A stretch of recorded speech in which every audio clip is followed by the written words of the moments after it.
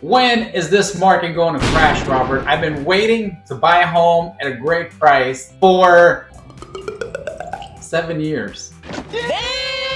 It's true, guys. I have people that are still waiting for the market to crash. So in this video, very quickly, I'm going to share with you why we are nowhere near a real estate market crash. A lot of people compare this to 2008. We are nowhere near to what 2008 was like. Other than the fact that prices are high, nothing else is the same. And I want to show you in this video exactly statistically and with graphs why we're nowhere near that point. So if you're still waiting for a crash, you got a long way ahead of you. But if you're waiting to buy a good deal and you're ready to do something great for you and your family and purchase a great home that you've been waiting for, this might be the right time for you, or it may not. That's a whole nother conversation. Today's video, I'm gonna share with you why there's no real estate market crash coming anytime soon. So check out the video and please comment below. Let me know if you think I'm wrong. Let me know what you think. I love to hear from you, and let's go. Hey, Robert Tolnai here, your local realtor with Robert Tolnai Home Group.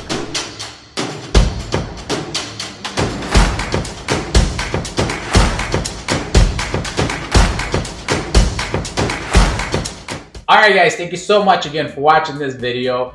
If it's the first time on the channel, or if it's the second time but you haven't yet clicked that bell, please do me a favor and subscribe to the channel so you don't miss another video, and tap that bell so you're alerted every time a new video comes out. I truly appreciate it because that helps the YouTube algorithm, and we're happy to share this information for free to hopefully help you make better decisions when it comes to real estate of any kind, to help you and your family build wealth over time.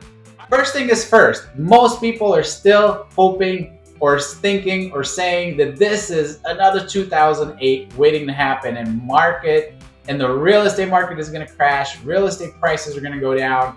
Home prices are crashing, so they're waiting to get that good deal. I kid you not, guys. I have been hearing this from my people for 7 to 8 years, and I've been telling them the same thing. It's not happening. So let's start with the reasons why, okay? Number one reason why things are nowhere near what they used to be in 2008 is the lending industry.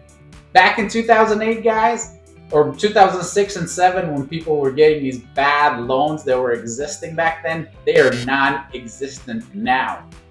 You used to be able to get the craziest loans back there, very loose, very dangerous, very risky, but that's what the stock market and that's what those big time investors decided to do, give everybody loans. And as you guys know, and hopefully you've seen the movie, they just package them together, sell them to investors overseas until they crash the market. So literally it's this bad, or it was this bad back then. I was in the midst of that. I was doing real estate, and I was part of that problem in the sense that I took the bait, right? I literally would call my lender and say, give me another loan, give me another loan, give me another loan. I bought 5 properties during that time with pretty much no verifications of anything. If any of you were around back then, the loans were like this. Do you have a social security number, and can you breathe the oxygen and the air around you? Yes. Here you go, you can have a loan. Literally, it was like no verification of income, no verification of employment, none of that. Like, they used to have these things that were called no income, no employment verification loans. What? You literally just have to sign on the dotted line. It was that bad, you guys. I'm not exaggerating. Ask anybody who was around there in that time. And it was even worse. You know, like right now, people are worried that they don't have enough money to put down for a down payment, 3% or 5% or 50%, whatever the down payment would be. Back then, 3 of those houses that I bought, guys, were 103% loans. That's insane. That means you're already walking into a property upside down. So for example, let's say the house was $100,000, which there were no houses really that cheap, but just for example purposes, $100,000 home The bank would give me $103,000 to buy that home. So I literally would walk away with cash in my pocket from buying a home instead of me bringing money to the deal. It was insane. So that's how bad the lending industry was then, or that's how loose the loans were that were available. Anybody could get a loan. I bought 5, a friend of mine bought 13, a bunch of other people bought a bunch of other homes. So that was part of the problem, that the lending industry was so loose and people were buying homes they didn't need. And we couldn't rent them fast enough. And the ones that I could rent, they were upside down already. The rent was so much lower than what the mortgage payment to the mortgage company was. And that's not because that was my strategy. I didn't plan on rent them. The reason we all did this is because we kept seeing people making money. They would go to a new community, put money down. It would take about 6 to 8 months to build the home. By then the house would go up in value $50,000, $60,000, $80,000, and they would just turn around and sell it right away. And that's all that we were trying to do. But because we were young and dumb, got into the game a little too late. So then we were stuck with these properties, tried to rent them. They didn't rent, went upside down. So we ended up losing all these homes like everybody else. So basically what you had is a fake market. You had people that were buying that owned 4, 5, 6 homes, and there was nobody in them. I had renters in them for a while, and then I stopped paying the mortgage because it didn't work anymore, right? Like the rent that I was getting was barely half the mortgage amount. And then the market kind of slowed down, so we didn't make any more money, so we couldn't make the payments. It was just a disaster. And that's just my example, and I'm sure there were many, many other people that went through the same thing. So the lending industry then, with the lending industry now, not even close. Now you cannot get a home unless you have a very strong financing scenario. You have to have a good credit score. You have to prove that you have a job. You have to prove your income. And they're very strict on going above and beyond to make sure that all that matches up before a mortgage is given to you these days to buy whatever home you're wanting to buy. And for sure, you can't buy as many homes as we used to buy back then with no proof of anything. Okay, so the lending is so much stricter, and that's one of the reasons why now, if you look at the statistics, there's over 60% of mortgages that have equity in the home. They have at least 20% equity in the home. So there's no upside down homes like we had back in 2007, 2008.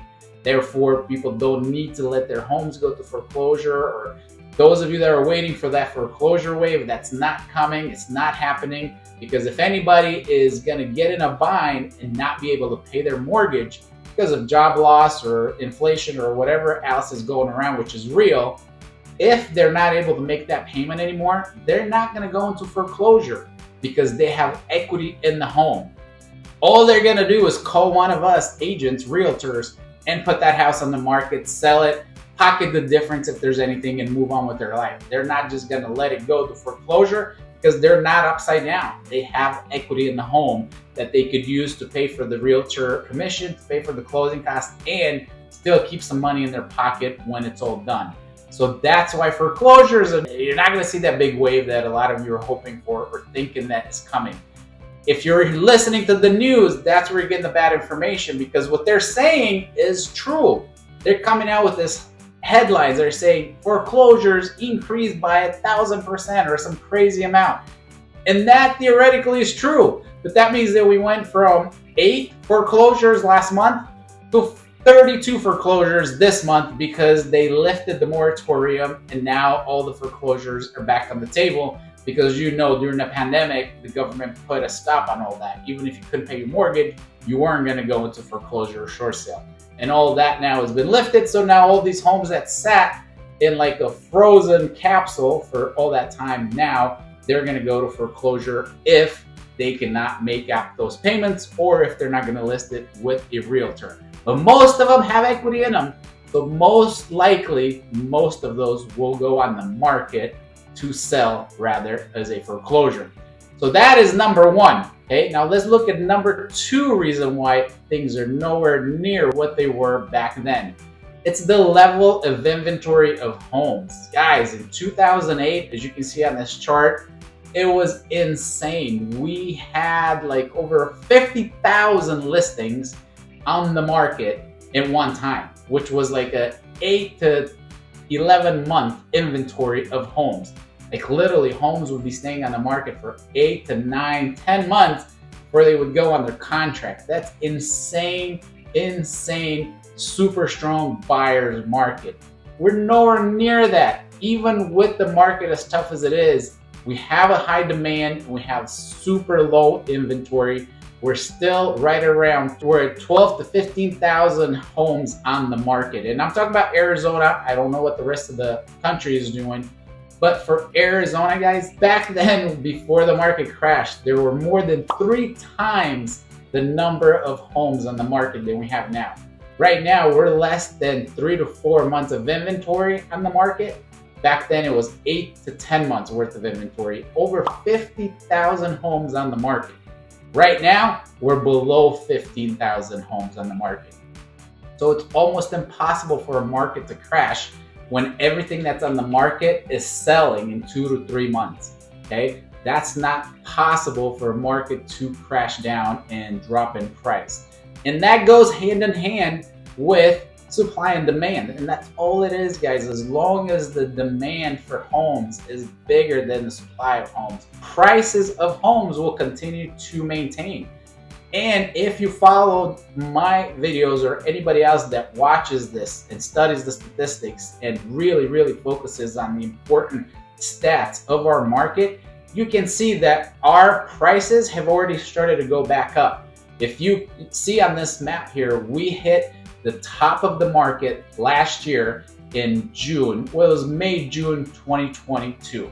That was our peak of the market with the highest prices that we've ever seen. Okay. Since then, everything started to come down because the Fed started to raise the interest rates like crazy. So we've dropped about 13.5% in pricing since then in Phoenix Metro. And that hit bottom around January or February of this year, 2023. Since then, even though nothing really changed with interest rates, they still actually started going up a little bit. The price started to come back up, and ever since then we're up about 3 to 4%, and that trend looks like it's going to continue to go up towards the end of the year. So our prices are going up slowly, even though the interest rates are still very high. Okay, so unfortunately for those of you who are waiting for that crazy market crash to get a deal, it's not coming. Now, what does all that mean? Should I go buy a house even though I waited for 7 years for something to crash to get a good deal? I don't know. It just depends on what your goal is. Do I believe it's a good time to buy? I always think it's a good time to buy because I'm in real estate for the long term, right? We bought 4 properties in the last 12 months, okay, that we've turned into rentals. And that is because we know we're in this for the long term.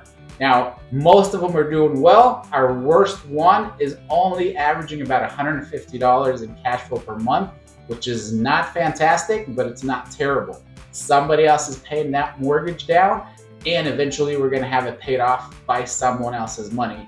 And we get to continuously increase our wealth and hopefully be able to set up our kids and our retirement for life, right? That's the goal. That's the name of the game, long-term play. If you're looking at flipping, it's still happening. We have a lot of clients that are doing well, that are flipping well, but it's a lot harder because you really got to find those deals that you can get a deep discount on to be able to flip it and still make a decent amount of money. So the question or the answer to your question is it time to buy? I believe so. If you need to buy, if you need to move, if you need to downsize or upsize, yes, it is a good time to buy. Even though the interest rate is higher than you might like it to be, guess what? That's temporary. Get the home that you want to get because we expect the prices will continue to increase. So you're not going to find a better price anytime soon.